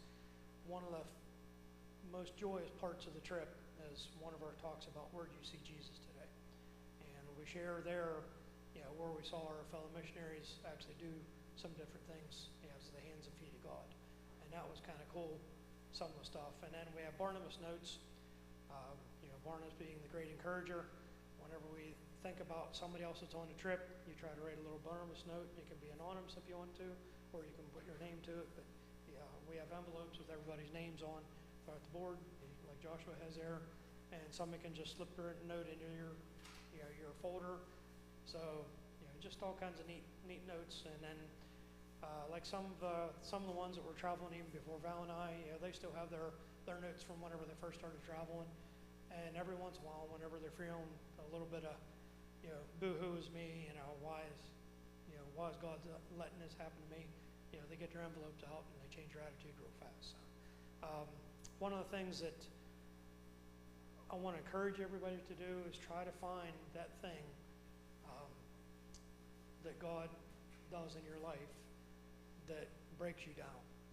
One of the things that I personally have as a goal to anybody who goes on a trip with me is to watch God break them down and rebuild them. And what I mean by that is on one of our trips, as one of our first trips, I don't know if it was first, second, or third trip, but we're visiting and working in a community we call Bob because I can't pronounce the name of it, as Verso. So that's nothing like they pronounce it. But we're leaving Bob the one day, and we're singing on the bus. And a lot of times, whenever you're singing, God will just strike you. Is what's going on. You'll get a real reality sense of, hey, this is where we've been working all week. Wonder what this is going to look like next year, whenever I come back, or what's going to happen with this community now. We helped build a community center. We helped finish a church. We held clinics up there. We were able to do so many things, build a whole bunch of houses. And whenever we're leaving that year, one of the songs we were singing was Break My Heart. So now that's a song that can bring me to tears easily. And hopefully, once you guys go on trips and stuff like that, if you're willing to go on a trip or support it, hopefully there's something in your spiritual relationship with God that can break you down. Like I say it within 3 notes. God can break me in 3 notes. All he has to do is break my heart, or even that tone. And tears are welling up in my eyes, my heart's starting to wrench, my stomach's got a knot in it and stuff like that. I know that takes me right back to that memory of sitting on that bus, watching all the kids and all the others, that were, sad to see us go, saying goodbye to us because they never knew again whether they're going to be able to see us or not. That was one of the communities that was overrun with gangs, in a couple of years. And, since then it's been reestablished, but, whenever you have governments changing back and forth like that so much, so drastic change of gangs, no gangs, sometimes that happens. And, that area was overrun temporarily, but, like I said, we were able to regain it. So we got 2 guys who are going on this trip. They're sending me questions to ask, and I kind of know this one. So referring to the money, we have a banker that's going to be out on site. She is the banker. She would do she would do the exchange of what the value of the U.S. dollar to the Honduras dollar, and then whenever the day goes and you need the money, she'll be open up in the morning for you to take the money that you need. And then at the end of the mission or the trip, you just go ahead and cash out, and she'll cash out with you at the end of the trip, so you have whatever money's left over and so on. If you want to hold on your money, they try to tell you not to, so that you're not flashing money around or trying to get exchange, because you won't pretty much have time. But they'll be there to do that for you. Another question was that medications. Yeah. Go ahead. Yeah. Just to build on the money exchange, whenever you first get off the airplane, you come down in through customs. You'll fill out a form for customs. You'll come through there, get your luggage, come through luggage. You'll be certain to see some people with torch jerseys on or hats or something like that. You go with those people, you follow them, they'll take you out to a bus. We want to try to avoid using the baggage handlers as much as possible. If they tell you, if that torch representative tells you it's okay for this baggage handler to take your stuff, then that means that we've already paid for it. But otherwise, just say no thank you and just move on. Just keep your bags with you. Once you get out to the bus, there will be like a sandwich, a snack, a drink waiting for you. Get you some refreshings, and then also the money exchanger will be there. So you'll want to have like $40, easily accessible. Whenever that takes place, you'll hand over your passport, hand over your $40. They'll give you a packet of limperas, and you'll be able to, after you get a group organized of 4 or more with an adult male, and then you can go back in if you want to get a cold drink after you eat your snack outside. Yeah, you can do that. So there's a process that we have that actually works pretty good. And then on the way back to where we're staying at Agua Viva, then we'll actually stop at a grocery store. You can actually get a few groceries and stuff like that. That way you don't have to try to carry all that stuff from the United States. You know, down there you can actually stop at a grocery store. They have numerous different grocery stores that sometimes we stop at. And then that'll just be for a couple of days. Then you can get some more money out a little bit later. You can get some more groceries a little bit later. So, you know, we try to encourage people, just spend a little bit at a time. You don't have to spend everything. Along with the money, at the end of the trip, if you have sponsors that you want to get a gift for or something like that, we'll take you to Mias Bronze. You can get some stuff there. You may see some other vendors, you know, throughout the communities that we visit. There's another place that we may visit. So there's numerous different opportunities you'll have to buy little trinket gifts or something like that. I would just warn you, you know, these big cedar chests that are like, you know, from here to here, it's kind of hard for that to get on an airplane. So just try not to get those things. You know, something you can fit in your suitcase is fine. Something any bigger than that, then you have to really think about how it's getting back to the States. But for those that you have sponsors, or there's somebody specific you want to actually, you know, get a gift for, you can actually, there will be opportunities for that. Personal medicine. So personal medicine, we have a team nurse that's assigned to everybody. So whenever we get there, there will be an opportunity. If you need to keep your daily meds with you, you know, that's fine. If you want that nurse to be responsible for, you know, issuing out daily meds, that's fine too. A lot of the teens, we encourage them to submit all their medicines in, but basically that nurse, before you ever show up, she's going to see your paperwork, see what meds you're bringing along. So please don't hide anything on your forms as you're filling your forms out. Make sure you're listing everything in there that's potential, you know, that you'll have with you. There's never been any problems with bringing your meds with you, you know, as long as they're in the original, you know, pill form. You just have to watch fluids. Remember, with your liquids, there's a volume capacity. So if you got a big jug of, you know, some type of, you know, medicine you take, you know, just remember you got to bring it in small jugs, and there's a maximum of how much liquids you can bring. So just got to be careful in that. Other meds? Any other questions on meds? Speaking of meds, I'm just wondering, prior, are you required to get shots? Okay, good question. One of the things that Terry and I personally require is make sure you're up to date with all your tetanus shots. Some of your other ones, you know, they're kind of vary. You know, whether some groups, you know, they are big into, you know, some of the other diseases and stuff like that they have down there. Chances are you're going to get sick in the stomach somewhere along the line. You know, it happens a lot. My doctor sends down with me some Cipro, I think it is, right? So if you want to talk to your doctor ahead of time, take some Cipro along. We do have it down there also. Or if there's other, you know, meds that you prefer, if you're allergic to Cipro, or if you have bad reactions to it or whatever. So there's other stuff that you can take as well. You can get it from your doctor before you ever leave. But we do have pharmacies and stuff like that on site and accessible.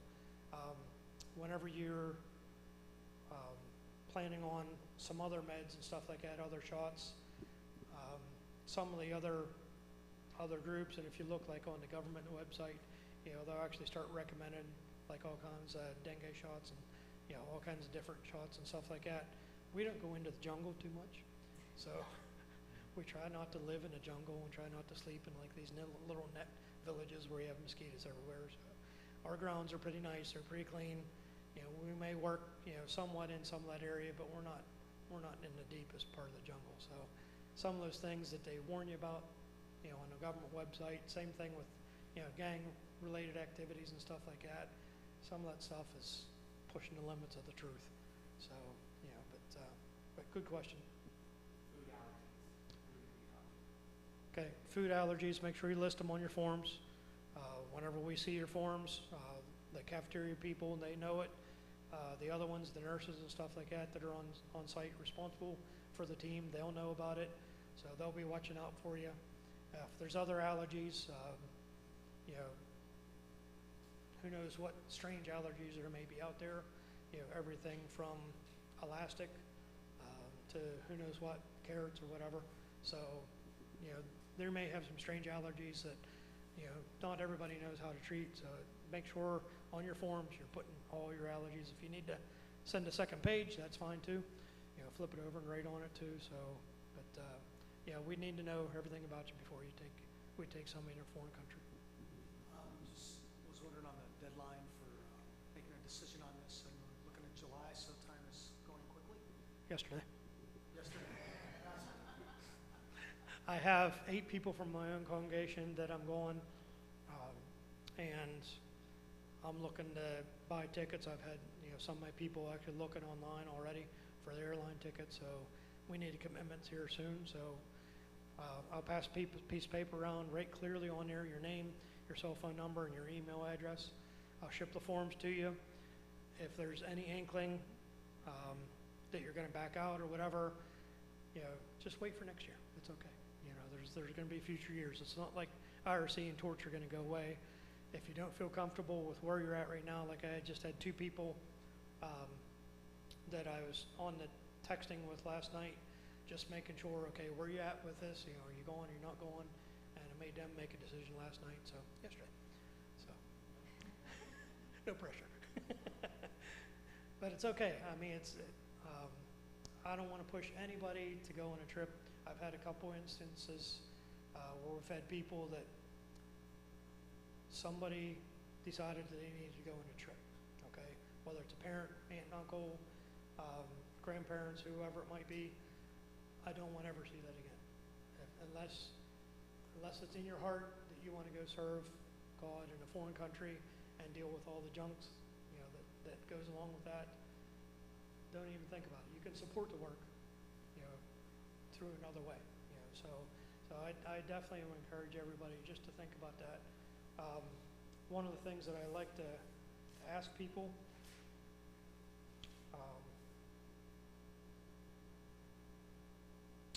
is, why do you really want to go on this mission trip?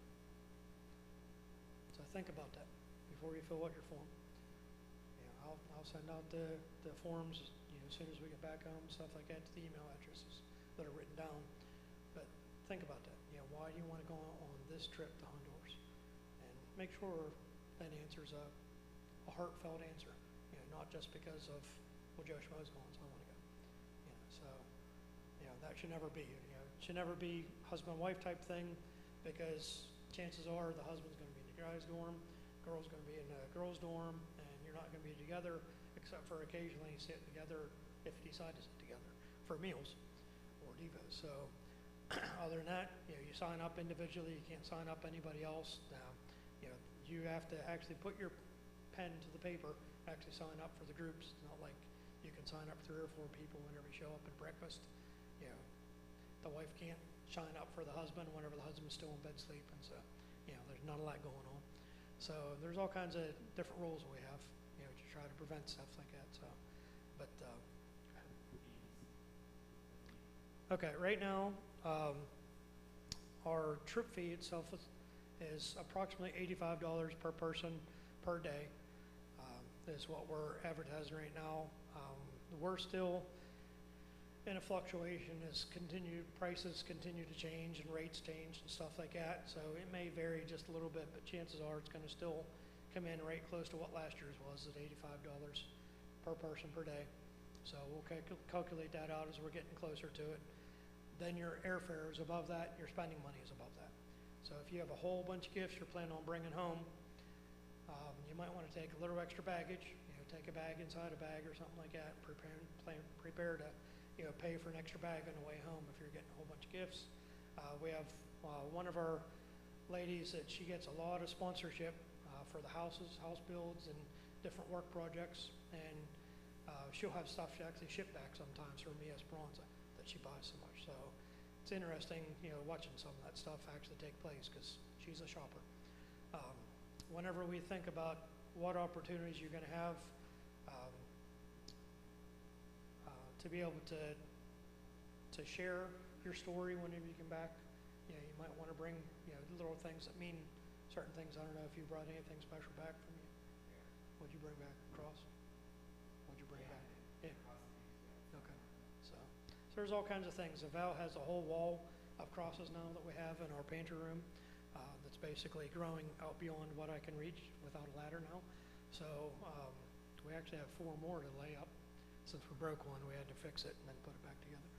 So we have a growing wall of crosses, you know, that are made in Honduras by different people. And so there's all kinds of things like that you can start. You can have all kinds of traditions, whatever you want. But what else? What else you got?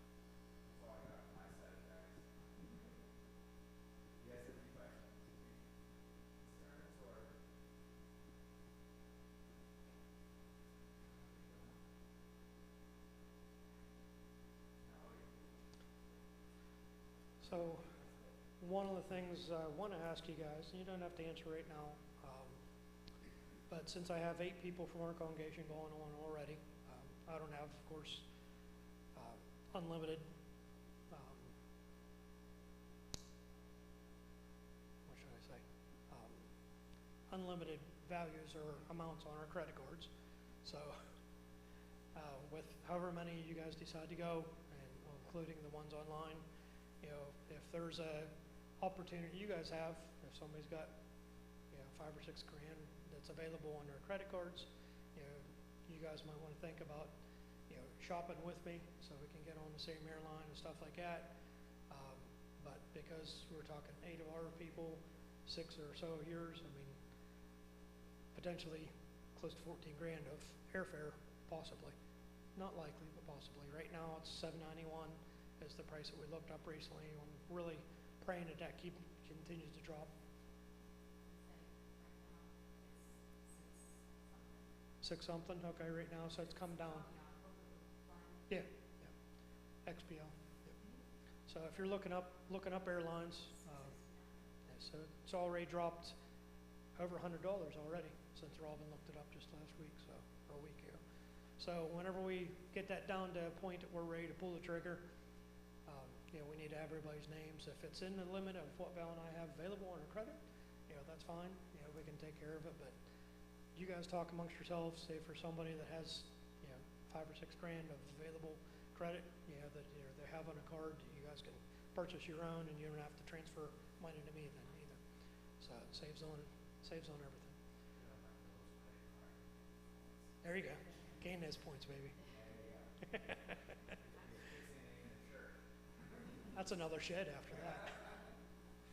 So, money-wise, other than that, like I said, approximately $85 per person per day for the actual trip cost. We're trying to keep those down. What you want to do is make sure you're taking enough money for tips. We, at the end of it, you know, we leave tips for the, make sure I don't forget anybody, but the people that wash our laundry, we pay for it also, but we also leave tips. Those that feed us, sometimes we take a collection for like Jen and Dalton that actually live there, because they don't necessarily get paid from us directly as we're on the trip itself. They pay for usage of their equipment and their facilities, but not necessarily any pay, so may collect for their pays or for their tips. So bus drivers, the other workers, you know, that help us out each and every day, you know, some from the clinic that volunteer their time, that take time off work, you know, to be able to help us out and stuff like that with the clinic. So numerous different people volunteer. Oh, yes. So on the grounds, like I said, this next generation, they just keep coming up with more and more opportunities for us old folks to feel old. So they have QR codes now that are posted throughout the campus, and you can click on that any time of the day and sign up to get some type of snack prepared. So they have all kinds of hot stuff, they have all kinds of cold stuff, they have shakes and floats and all kinds of stuff like that, ice cream treats. But you can actually pre-order, so as soon as Devo's over, some of your food may be ready already. So it's kind of cool how this next generation is already taking effect. Their Wi-Fi is now a QR code also. I think that's how it was down there, so there's all kinds of stuff.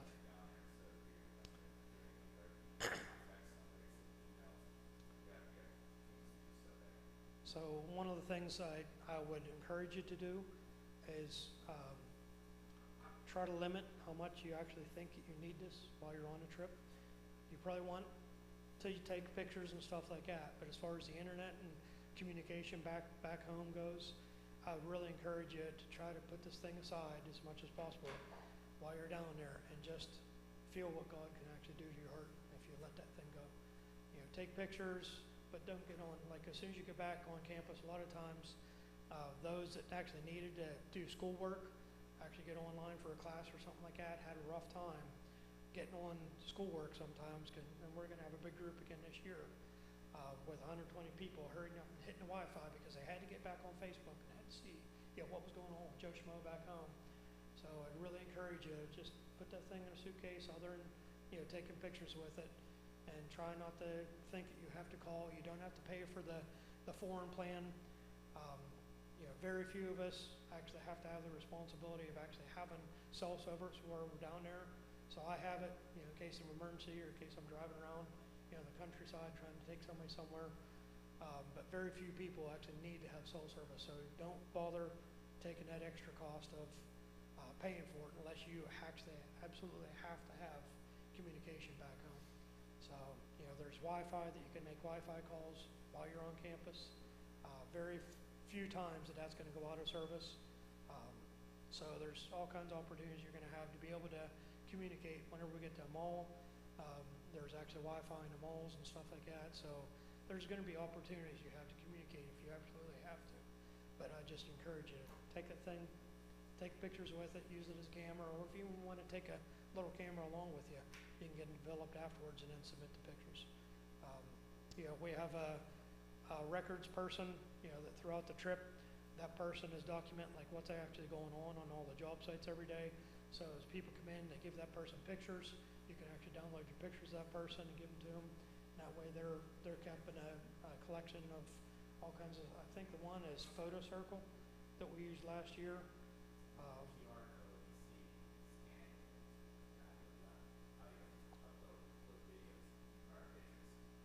So Photo Circle, you can just take and there's people that added into that thing throughout the trip. There's just all kinds of neat pictures throughout the trips, that happened even more than probably what Joshua brought back with him. But there's all kinds of technologies that we can use that, of course, this old dummy isn't going to dream up.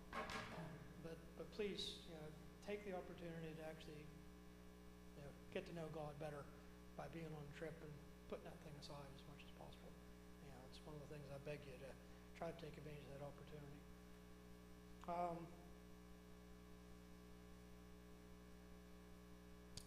As we're going into the country, there's an entrance form that's on your phone. You'll have to do as you're coming into the country. You can actually help out your neighbors. You just got to watch whenever you're going into it. Don't forget to click on the English part unless you already know Spanish. That's fine. But click on the English part. That way you can actually understand what you're answering. You don't want to answer something wrong whenever you're going into a foreign country. You may end up in bars. So you don't want to do that. Whenever Terry and I were going back and forth to Brazil, on his second trip down there, he forgot to get his visa renewed for that year. The visas were good in Brazil at that time, back in the early 2000s for multiple years, but every year you had to get it renewed, so you had to get another stamp on it.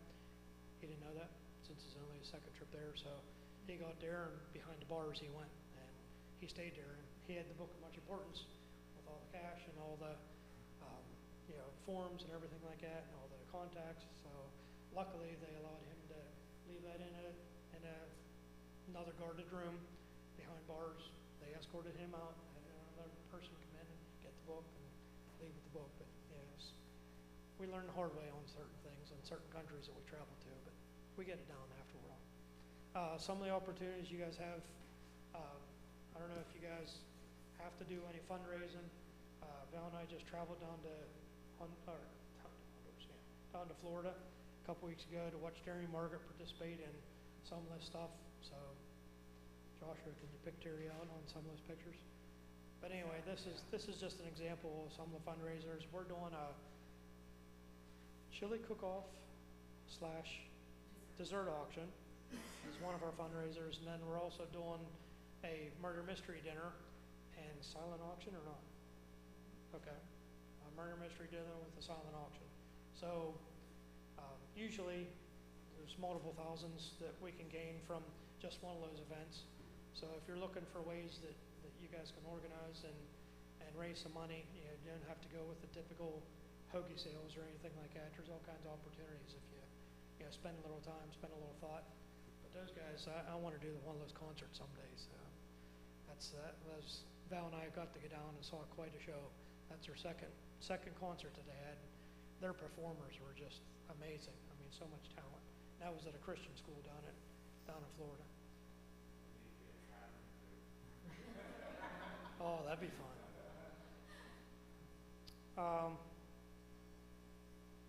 Let's see, what else? Volunteer for things. One of the things that we've always been good at whenever we take people down on trips is if there's a need for something to be done, whether it's picking up garbage that the dogs got into or something like that, we'll ask them for some volunteers. And one of the things we appreciate the most is just people not hesitating. You ask for 3 volunteers, you might get 12. And it's one of the blessings that we've had throughout the years of good attitudes. So one of the things that I strive to try to embed in people that go with me is try not to stop that once you come home. We used to have at the end of our trips, whenever we had 14-day trips instead of 11-day trips, we've had a couple-day getaway somewhere like Roatan Highlands or Capon or some of the other places that are real nice down there in Honduras. And you go and you just meditate and you think about what you just experienced. And you kind of download all that stuff and say, okay, whenever I get back, this is what I'm going to do differently whenever I get back. And there's been so many people that have not had the opportunity because of vacation days and stuff like that we're not able to do that anymore. But I would still encourage everybody, as we hand you a journal whenever you arrive, in that journal, write down all kinds of things, any type of events that you can think of, any type of experiences you have, and then at the end of that trip, meditate on those things and think about those things, pray about those things, and see exactly, okay, whenever I get back to Erie, what am I going to do different? Or those guys, where they're from, Ohio, Texas, whatever. Whenever I get back there, what am I going to do different, because of this trip? What's God planning in me on this trip that I can no longer live my life the way that I was before because of now where I'm at spiritually. And that's what we gotta, that's one of my goals, is to watch God beat you down, build you back up, and then see what he changes in your life from that point forward. It's not just to be able to go on a trip to experience a trip. We're not there for vacation. If I'm not seeing some sweat, some blood, and some tears, by the time of the trip, I'm gonna have to take you aside and see if you're still living. So, any thoughts, any questions, any comments? I know some of this is kind of scary at times.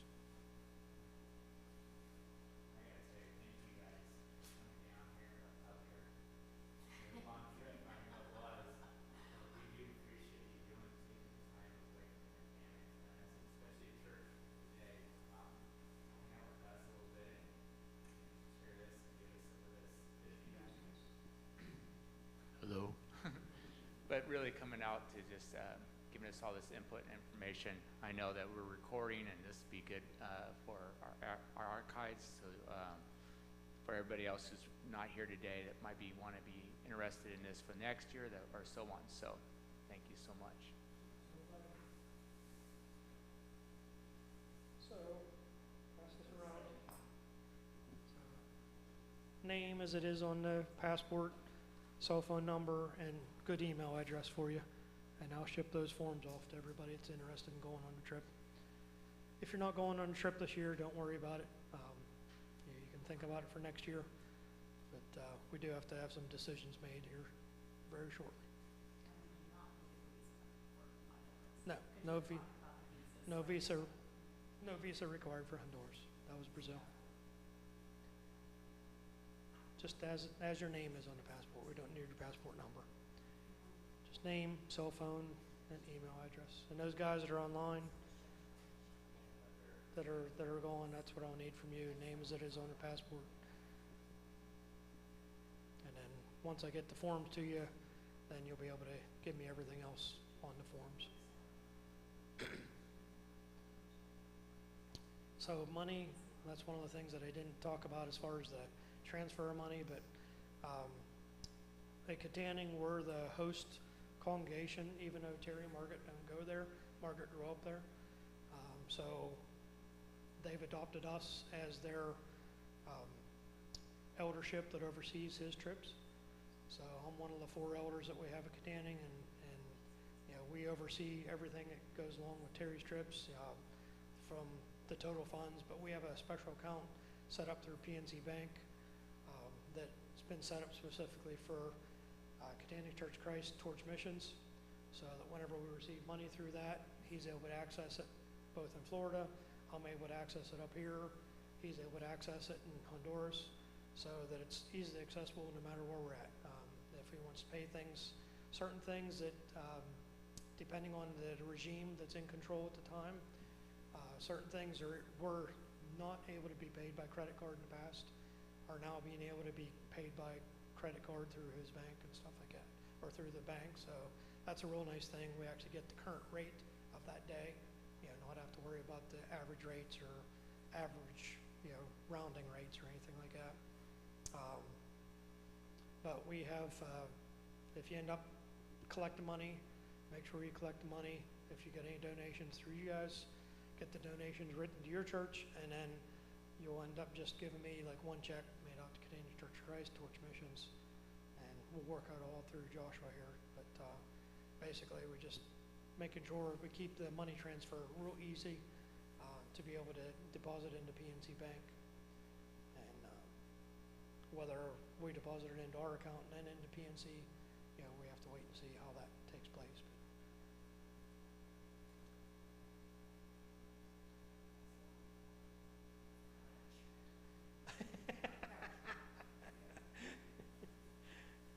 Guys need to go in their private room, fight it out.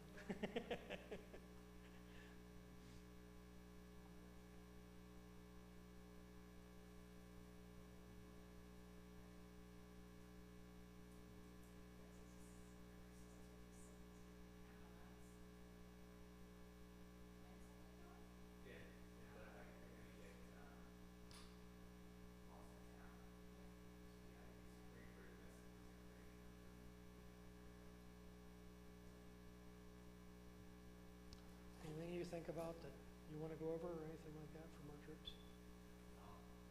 Okay. Sorry it took so long to go over everything, but there's a lot of information, a lot of history. I actually brought a whole bunch of the T-shirts that I've had throughout the 26 years that I left in the car, but it's kind of quite a display once I start laying everything out. So if anybody's interested in just looking at some of the history, you can look at that stuff. But, all kinds of neat things that we've had throughout the years. One of the forms that I didn't print out in full format, but if you look at this form, just from that part to this part, it's actually one of the forms that we have. You just look at the form from that point down the other side. It's an additional form that IRC has, you know, that is just basically a notification form, you know, saying you know what you're up to risk at and everything like that. Doesn't have to be notarized, but does have to be signed by an IRC representative. So I'm old enough and, you know, been around long enough in the organization that they grandfathered me into allowing to sign that. So, so whenever you guys get ready for that form to be signed, you know, I can actually sign it after you guys sign it and stuff like that. Not thinking there's too much else that I had. Forms of example samples forms. This is one of the kid forms from last year that we had. So, you know, that's just a sample form of, you know, one of the ones that was under 18. There's been trips before where I've had, what was the most? I think 15 people under 18, something like that. Maybe 13 people under 18 on that one trip whenever Scott and Ethel went with me. Yeah.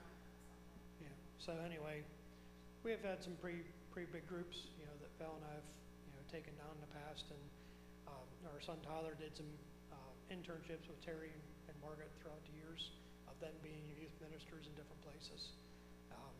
So, he's actually been able to, help coordinate some of these trips like I have. And, the year that Val and I retired in 2024, we actually had a trip planned, and so I was only there for half the trip. My son flew in, tag teamed me, and he took over my position whenever I left as Terry's right-hand man. So it's kind of cool that he's still involved in it. But ever since he had kids, like his kid was probably one of the youngest ones that's ever been down there. So he's 5 months old. Whenever our grandson Truett was only 5 months old, he was in Honduras on a trip. At that time, it was easy to take care of because he couldn't get anywhere. He hasn't traveled since then, but Tyler's only traveled a couple times since then. But I'm looking forward. Our oldest grandson told Val last year that he wanted to go on a trip, so we're looking forward to whenever he turns 14 and he's starting to travel. So I don't know if his dad will go with him or what. His dad's never been on a trip yet, so we're waiting to see for that experience too. So if no other questions, let's close in a word of prayer. Dear Heavenly Father, we thank you so much for the opportunity to serve you in so many ways. We thank you for the opportunity to be involved in Torch IRC. We look forward to, God, what you put on our hearts to do in your kingdom. We know, Lord, there's so many opportunities, both abroad and local, that we have to be able to serve you. Help us, Lord, to have a heart as Christ did and be willing to sacrifice for our brothers and sisters in Christ. We thank you so much for whatever opportunity you open a door for us next. We help us, Lord, to have a willing heart and willing spirit to be able to jump in with both feet, not be afraid because you have control. We pray, Lord, that you'll forgive us the times we fall short on your expectations and your guidance. Help us, Lord, to see the opportunities that you present before us and to seize them with full vigor. We thank you so much for love that all this congregation has for you. We look forward to getting to know them better as they continue to build, and we look forward to the future of whatever you have in store for this congregation to be able to grow with unknown limitations. We pray, Lord, that we know that the sky's the limit with you, and we pray that you will help us, Lord, to put down our barriers, allow ourselves to be free of the worldly things, and to be able to allow you to have our steering wheel. Guide us in the way that you would have us, Lord. Help us to be protected as we go through whatever roles that you would have us do in the future. Help us, Lord, to be blessed in a way that only you know the limitations. We thank you for Christ and for his example to us and for all the things that you've told us in the Bible. Help us, Lord, to learn from that each and every day. We thank you for Jesus. In his precious name we pray.